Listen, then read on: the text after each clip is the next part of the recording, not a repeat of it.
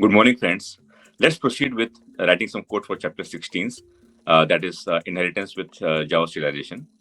But before that, in the previous chapter where we learned about protecting the sensitive information, so there I actually created a message digest using the hash function SHA1.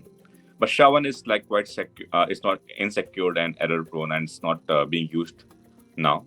So I have changed from SHA1 to SHA512, which is the latest one, and it is much better than SHA1.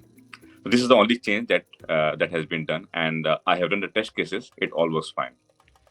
So that was about chapter 15, protecting secure fields. Now let's move on to chapter 16. So for that, I will first of all create a package here.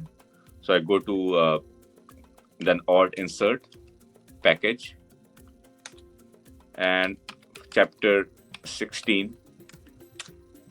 I'll just call it as inheritance. Okay, inheritance. Okay, let's copy this, enter, and a similar package I will create in test. Alt Insert Package, Control V, inheritance. Okay, so we have got the packages created. Now again, to save some time, I will copy the market data of Pojo class from some previous chapter. So I will choose a very simple from chapter 11, market data with reference objects. I just Control C and Control V, and I will change it with something as market data with inheritance. Okay, so let's make some changes here. So first of all, I will remove this, Control Y, and as soon as I remove it, I will get an alert or warning, sorry, and then I will do Alt Enter, create constant field, long. Okay, so ID has generated a CL version UID for us. Also, I will change this market data provider. So let me again copy it here, Control C, Control V, market data provider. I will again mark it something as with inheritance. Again, do the same step. I will Control Y, Alt Enter, create constant field. And let me see everything else. We have got the string name as usual. That is also fine. Okay, it all looks good. And here I will change it to with inheritance. Control Alt L. And then let me again change the getters and setters, remove it, and then regenerate it. So Alt Insert, getter and setter, Control A. Okay. And also I will create a toString. Alt Insert toString. Okay. Okay, so we have got our basic Java Pojo class available. Control Alt L to remove any unused imports. So it's looking good. Now, so let's make this class as a child class, and we will create a parent class, something as identifiable. So let me create that one. So I will go here, Alt Insert, Java class. I will mark it as identifiable. Yeah. So this identifiable will not implement serializable as we want. We want a scenario where the superclass is not implementing serializable, but the child class, our market data with inheritance, this class is implementing serializable.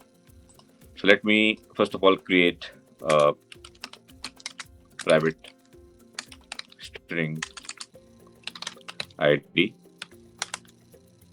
Then Alt Insert, create a constructor.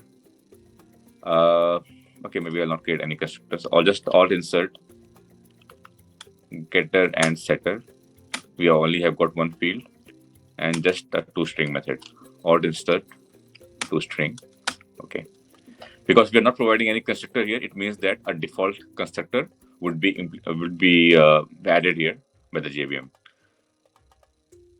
Now let's go back here. We will extend this class now. So So we can just use extends identifiable. Okay. Just click this, so it will give me this one. Okay. So here what we see is that this identifiable class, which has got a string ID field, and this ID field is inherited here in the subclass market data with inheritance. And market data with inheritance has got its own set of fields, which are string and primitive long doubles and boolean, and a reference field to an object of market data provided with inheritance.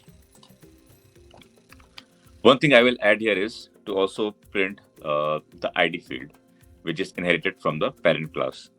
So Control D, I will put it as ID, and then here I will just call the get ID method from the parent class. Okay, so we have got this class again, and we have extended it from identifiable, and this only the child class is implementing serializable, but our parent class is not.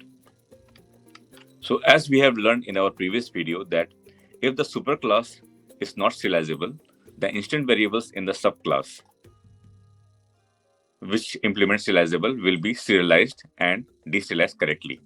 But the inherited variables, which is in our case is ID field, from the non-serialized superclass will come back with their default initially assigned values rather than the values they had at the time of serialization. This is the exact scenario that we are trying to mimic in our sample code. So let's write some test cases to understand this better.